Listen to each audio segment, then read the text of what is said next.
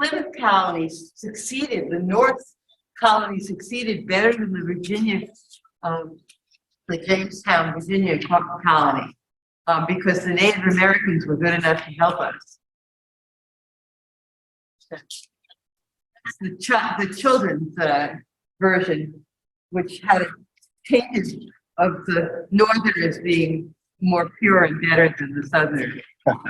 And it suggested that these white people didn't know what they were doing, which is probably accurate.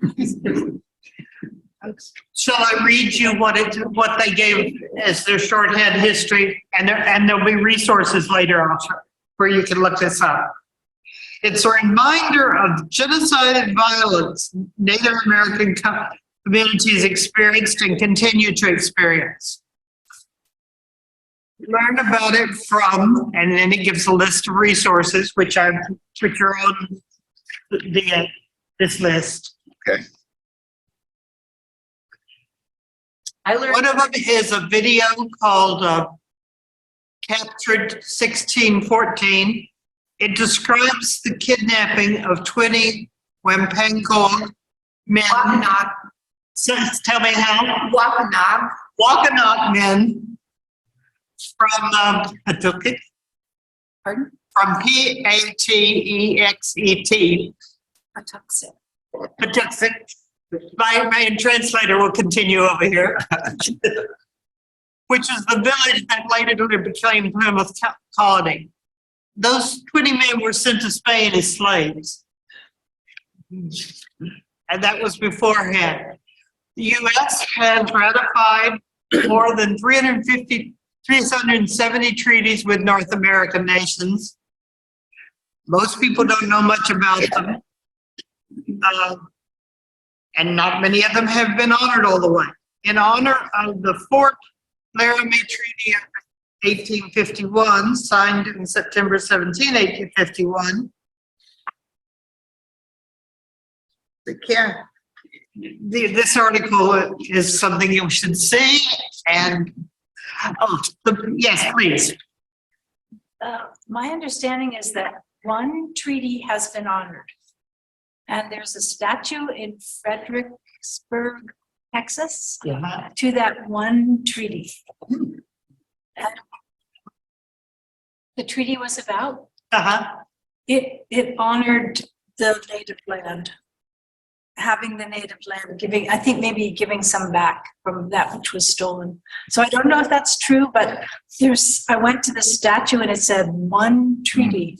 Wow. It's 357. Yes. I actually saw a document on a wall in a building in Fredericksburg, essentially to that effect. But I don't remember exactly what the document said. It was definitely about a treaty. And it was a public building, but I don't remember which one, sorry. You know, I didn't learn till fairly late in life that Native folk had nations. And from that, I began to understand what a nation was. That it's not the same as a state and it's not the same as geographical boundaries. And that when we talk about treaties, we are talking about transnational, just as we would of the treaty between the United States and France, you know. And that understanding that a native nation is a nation, well, just like all the rest, was a real revelation to me at the time. This was, I don't know how old I was. It was in my 30s, probably. Yes, please.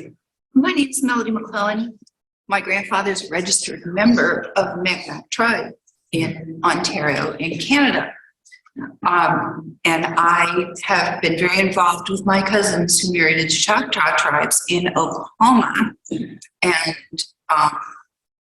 Chickasaw and Cheyenne.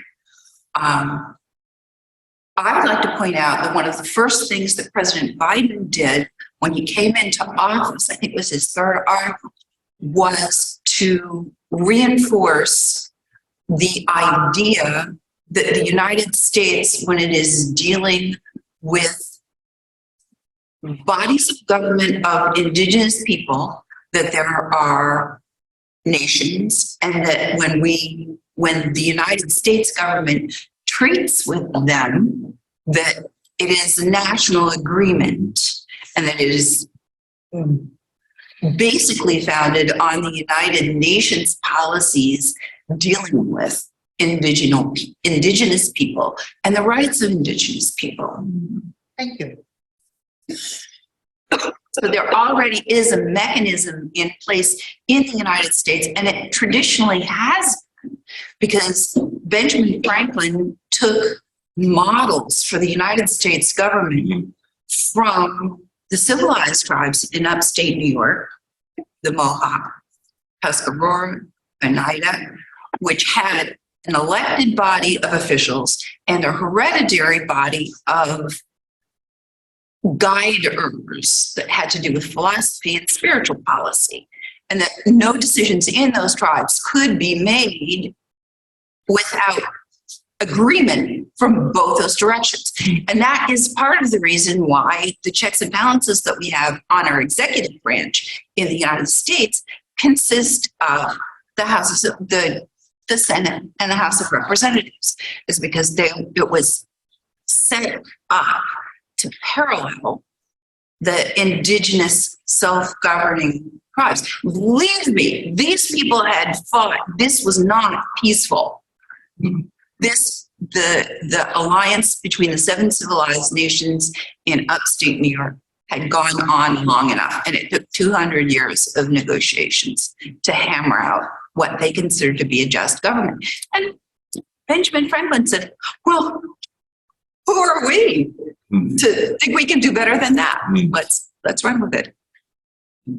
Yes, please. I'd also like to add that men and women were both equal at the table Yeah. in the Iroquois versus the Confederacy. And there's a beautiful book called Sacred Instructions by Sherry Mitchell, who is a Penobscot lawyer. And the Sacred Instructions it's a beautiful description of what was given or what was drawn upon for the foundation of the United States, as well as the balance of the male and female that was ignored. I think that is called the Haudenosaunee Confederation. Haudenosaunee. Haudenosaunee. No, you don't say ow. You don't say how. Very rarely say how to Indians. They are. Back there. I haven't done that since I watched Alley Beauty. And it is active now. Yeah. Could we have free, which is the banner across the road? We can try.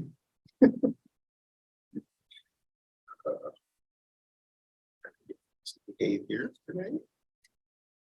Share screen.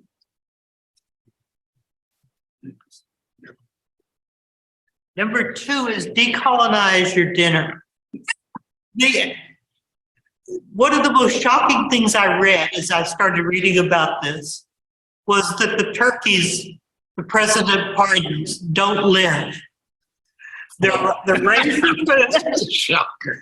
There is no form of old turkeys pardoned by the president. They rarely live more than a month after Thanksgiving because they're overbred and bred for food. They're not eaten. I don't know. Nobody said what happens to them. Like this. Yeah. Nobody told me what happens to them. Mary, just one you want? Yes. The National Day of Mourning. And I can't read the rest of it either, but going back to history again.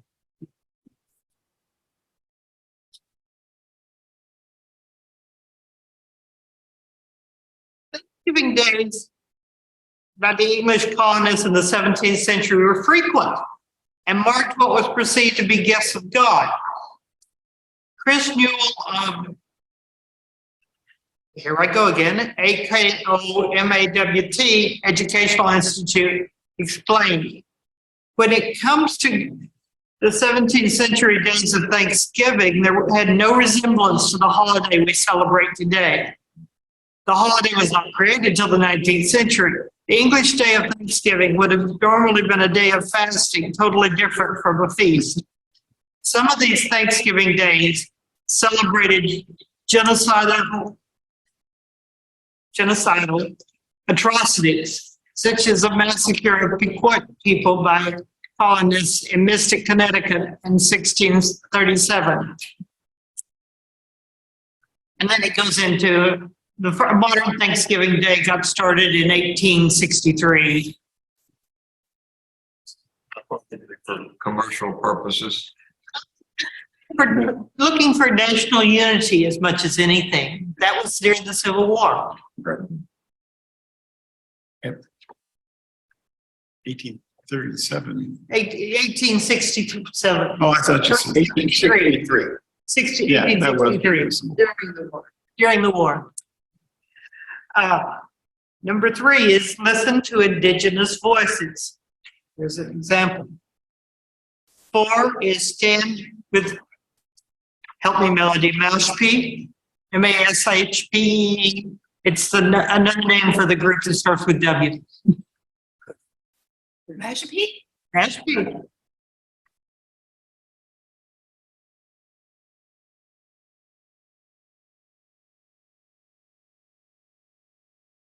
And the Mashpee, W-A-M-P-A, what the one you said before? Yeah.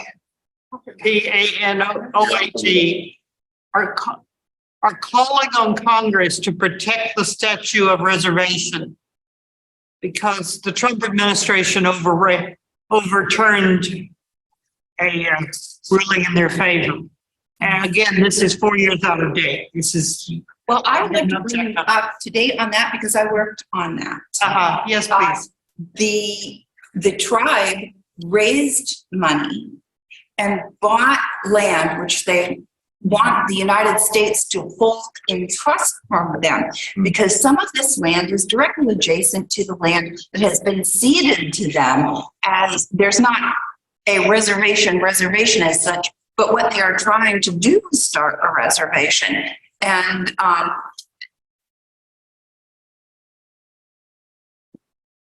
real estate and government interests in the area are afraid that they, instead of a school or a civic center, that they want to start a casino there. And so some of the direct pressure that was brought on that movement was very much against a casino. And at this point, everything that Republican and a couple of Democrat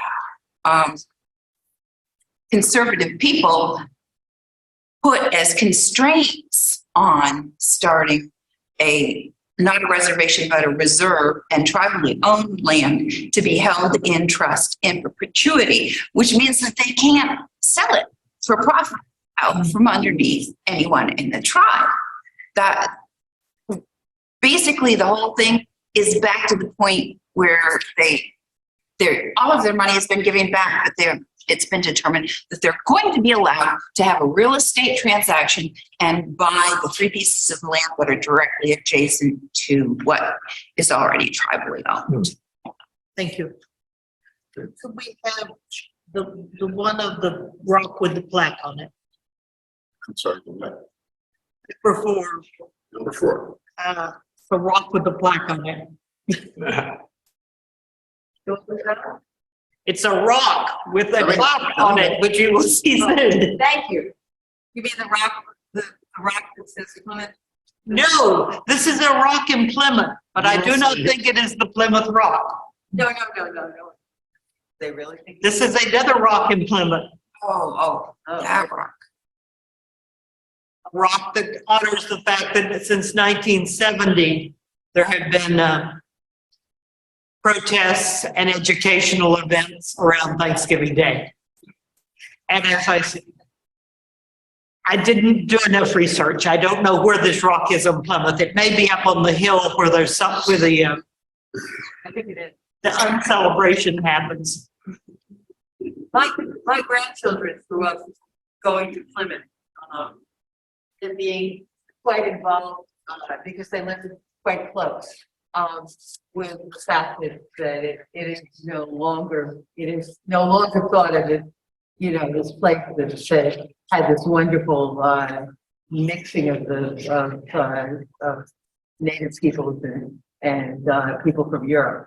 And so, it's been kind of interesting for them. So they don't have that sense that this was the place where the pilgrims, came and helped the Indians and that kind of thing. So it's really, I mean, they've made Plymouth into a celebration of native culture to some extent.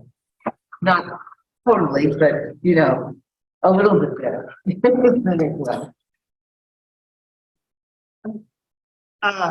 The other four of these are more tangential some ways, but also good ideas.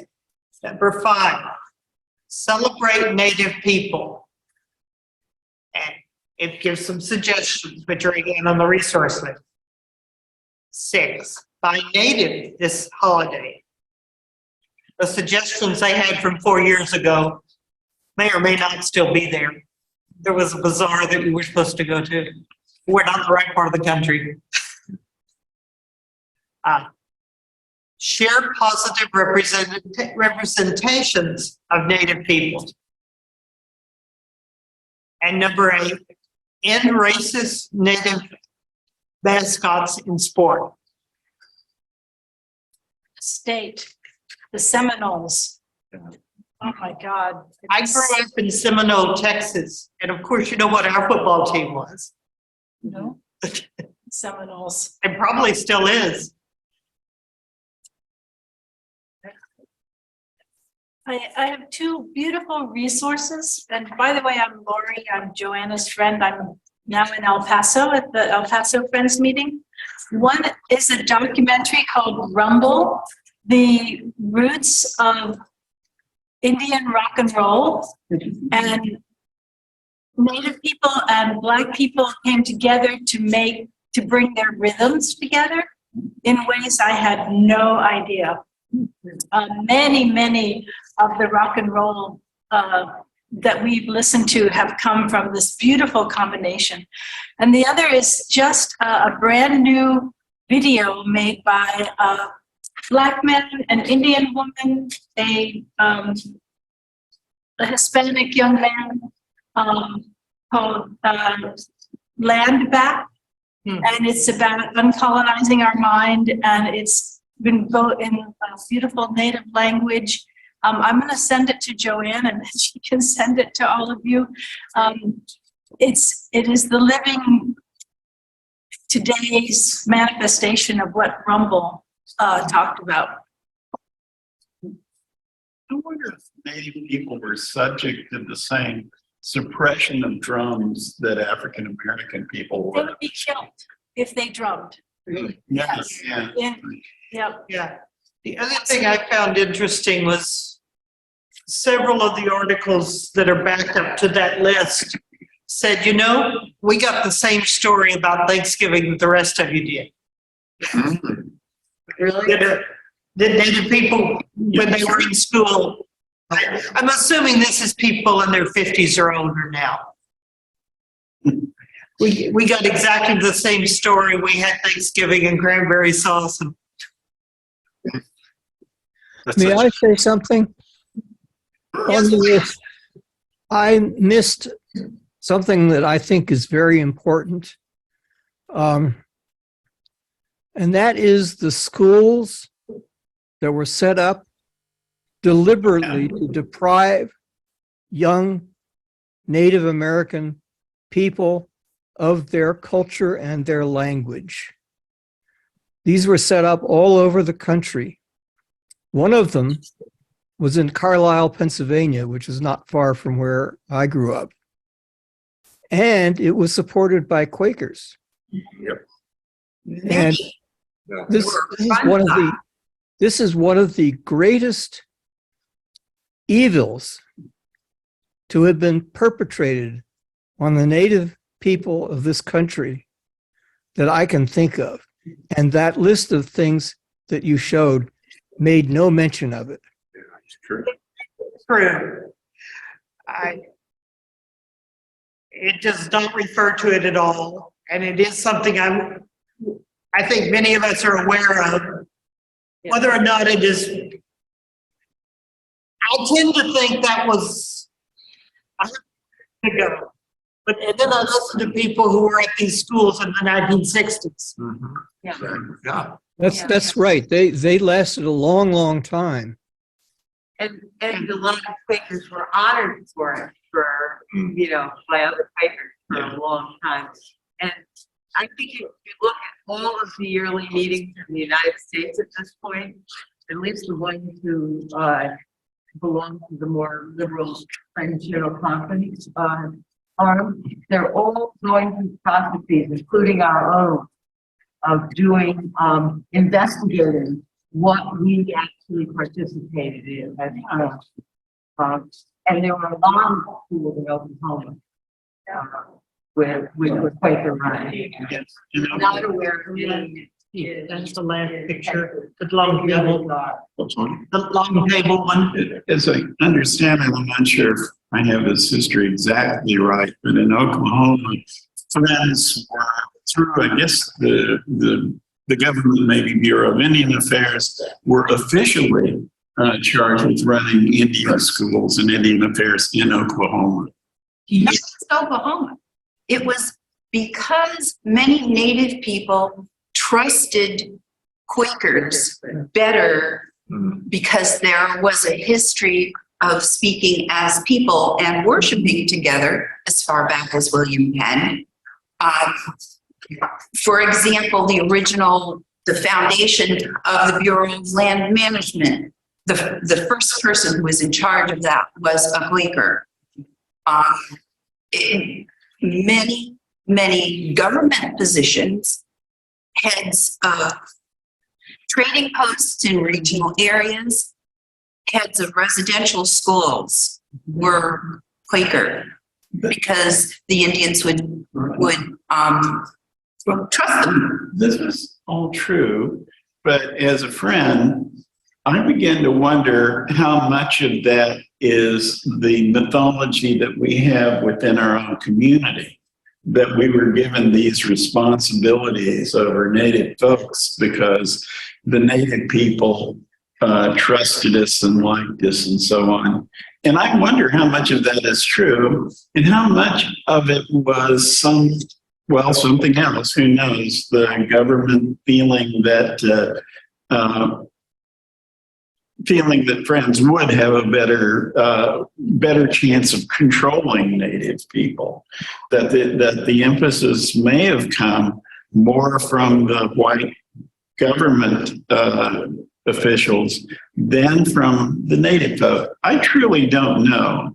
It would be very exploiting whatever leverage that they could get. I just think when we look at ourselves, we need to see the stories we tell ourselves and look at them critically and examine the history as well as we can. Well, I'd like to to point out that, I'm out that William Penn's sons, by his first marriage, were not just horrible, but they were some of the original swindlers of Native people and set up the walking purchase and the whole business. Hired people to clear paths through the woods so that runners could claim 60% more land. Okay. More discussion after. We have other people in front. Who are the first people of Austin and how are they faring now? They left. There's none. Austin and the area from Barton Springs and north here, it's very difficult to do land attribution here because this has always been a disputed territory. It has, people like to think that there have been people that are nicely settled here, but it's always been, when the long grass was here, it was very disputed. So when I do a land attribution from speaking here, I say that I'm speaking from the Central Texas disputed territories. And it was a lot of tribes. It was Kiowas and Comanches and the Alabama Coushatta who live in Texas and are very well organized. They have very good, sound government. They're from somewhere else. How about Apache? Apaches are like further west people, but everybody came here because it was Curtin Springs. Yeah. Here's a really good. If we have time in our last 15 minutes or 20 minutes here, I was hoping we could think a little about, so what does learning this mean you might do differently on a Thanksgiving Day? Would you please repeat that, Mary? What would you do differently out of things you've learned on Thanksgiving Day? Or what have you learned that makes you think differently about it?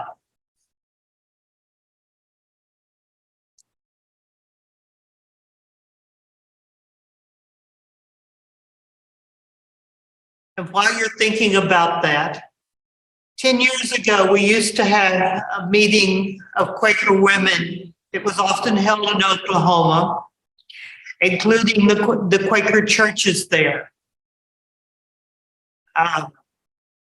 One of them, Hominy, which is a town in the Indian Territories in Oklahoma. And the story they told was that the government divided the transferred Indians, the Seminoles and so on from the South, into 4 chunks and gave each to a denomination to be their mentors or guides or rulers. And they were Methodist, Baptist, Catholic, and Quaker. And the Quaker sects say that they are the ones who retain most of their heritage. The Hominy Church is mostly Native American. That's encouraging.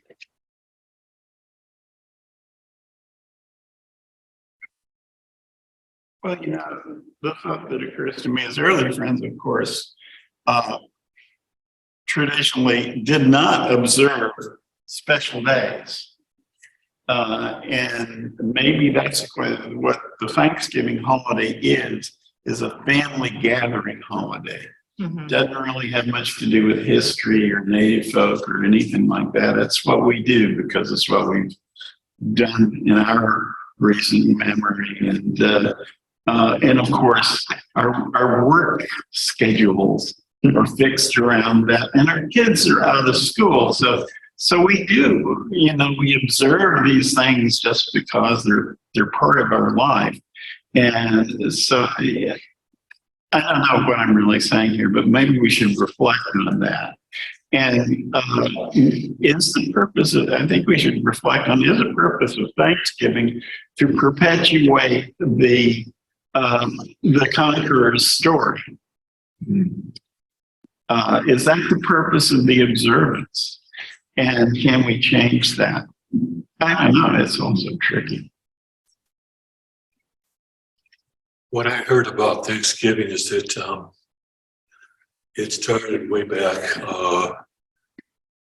during the times when Puritans would not observe holidays, but they found out that they needed to have particular times when either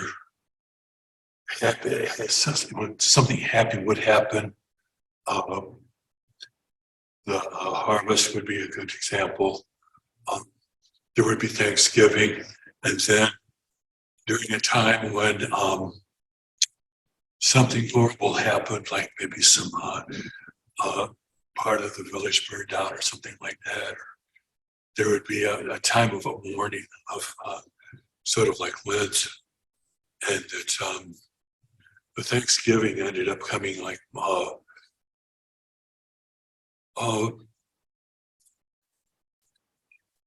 just because the harvest time was such a good time for it. It had Thanksgiving and it ended up becoming an annual kind of thing. That's a fascinating observation, Mitch. I mean, harvest festivals happen in other parts of the world too, folks. Yeah. In the Jewish tradition, there's a Shavuos this time of year. Shavuos, which is a harvest festival in which you go to a sukkah, which is a little hut, and you adorn this hut that you built in the backyard with all the produce that you're taking in. And it's really, it's very much a Thanksgiving.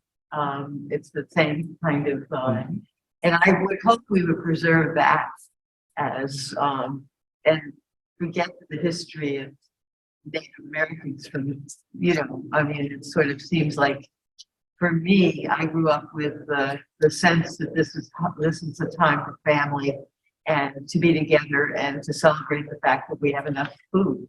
Because we really do have food on Thanksgiving. Only put on 3 pounds this weekend. Some of us do. Yeah. Well, yes, I mean, I think that, you know, some of the traditions of giving away turkeys on Thanksgiving, even a lot of people I know we're getting a turkey at work.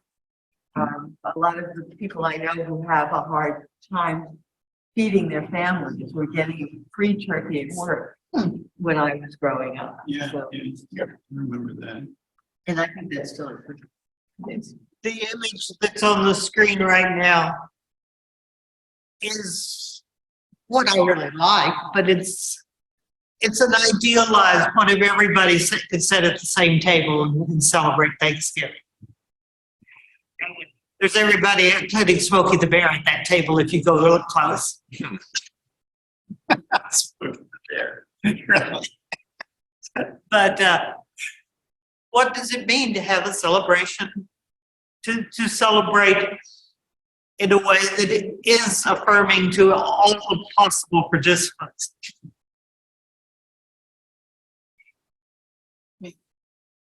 Yes, That's what IACT does every year with their interreligious celebration of Thanksgiving. I haven't been to it for years, but it was wonderful when I went, where each religious group that was participating had somebody go up front in the large space that they were sharing and lead the group in some way. And Margaret Hoffman was still alive when I went, and she led the entire group in silence. And then afterwards, of course, there's eating. Anyway, it was last Sunday afternoon at a big church, which had room for everybody, whoever the everybody was. I'm not really sure. Did anybody here get to go? No. Erica did. Oh, Erica did. Before. Uh-huh. I really like the idea of a secular Thanksgiving in the United States, not associating our faith traditions. One that which everybody is welcome and nobody is part of the ceremony except for the eating. That's what we're giving thanks. I just, you know, I mean, I think we need more to be together without having to believe in the same thing. Yes, please. In El Paso, there's also an interfaith gathering, and the Monsignor said these are all the beautiful ways that people celebrate God.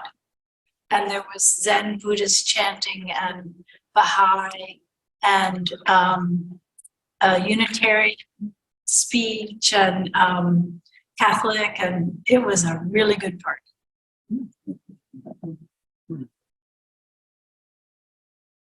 Yes, please, Steve. Sadly, Thanksgiving is, for most Americans, a time to watch 3 football games and prepare to go madly shopping. That's right. And avoiding that as part of our Thanksgiving celebration, I think is probably something most of us do, but if we get together in a bigger gathering, there will tend to be those overlays of massive commercialization and tribalism related to football. And those are things certainly that don't have as much to do with Native Americans, but have to do with the capitalist culture that we are being indoctrinated into, or have been indoctrinated. I would also like to add that the tribalism of the contests is better than war. And young men need to test their strength, and we don't have any place for them to do it. And so I totally agree about the culture of consumerism and violence that we are steeped in. That's very powerful. And yet I have this respect for sport. This year, everybody was watching the World Cup, which I think is much more international and multicultural than it's really. My husband is not here this morning because he had a cultural and international event to attend. Yes, we learned a lot about this from Stuart. Well, here's a real curmudgeonly idea, not going to go over real well. Maybe Thanksgiving Day should be an international day of fasting and supporting food sufficiency around the world. And then on the weekend, you can really, I was going to say whip it up, but that might not be good praise.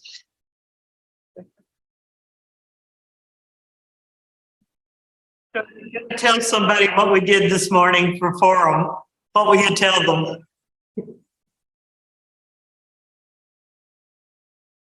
That we were seeking the truth about Thanksgiving and Thanksgiving celebrations in the United States and the treatment of Native peoples by non-Native peoples, such as ourselves. And that we came to the point of asking, so now what?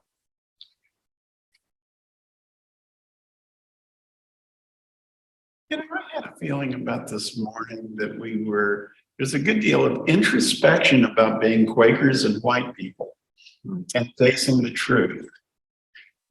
But I didn't feel like there was an air of self-flagellation about that. There was more of an embrace of what we can do going forward that was just and celebratory. Maybe that's just my rose-colored glasses, but it felt like that. It's good aspiration.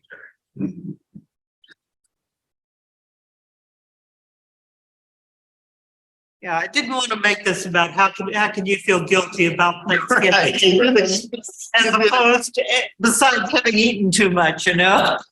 You did a good job here. You did. And I have to thank Melody for coming to my rescue, first of all, with an article, and secondly, with pronunciation and personal experience. Very helpful. Very helpful. Any other comments? We have time. Not to imply that we're all quite people here. One of the things I guess I feel is that I've been blessed with the ability to know some Native culture through books and meeting people and knowing about their spirituality. That's been really helpful for me as I've, explored my own spirituality. And I don't think that my parents had that privilege, as they were, so, and I'm really glad my grandchildren have had that as part of what they learned. So I think, I'm thankful for that.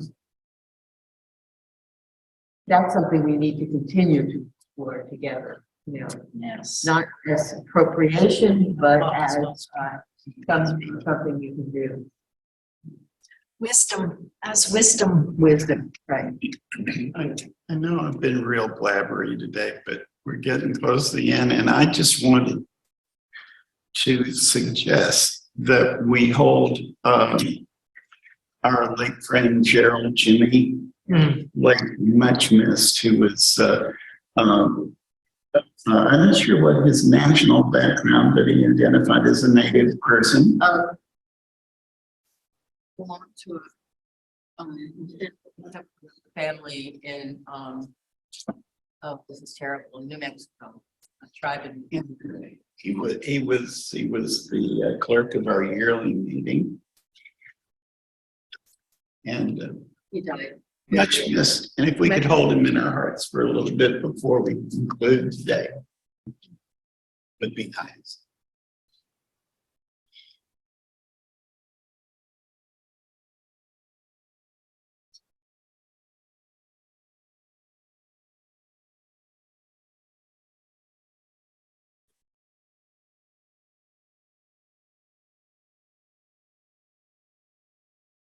Thank you, friends. In 10 minutes, we'll be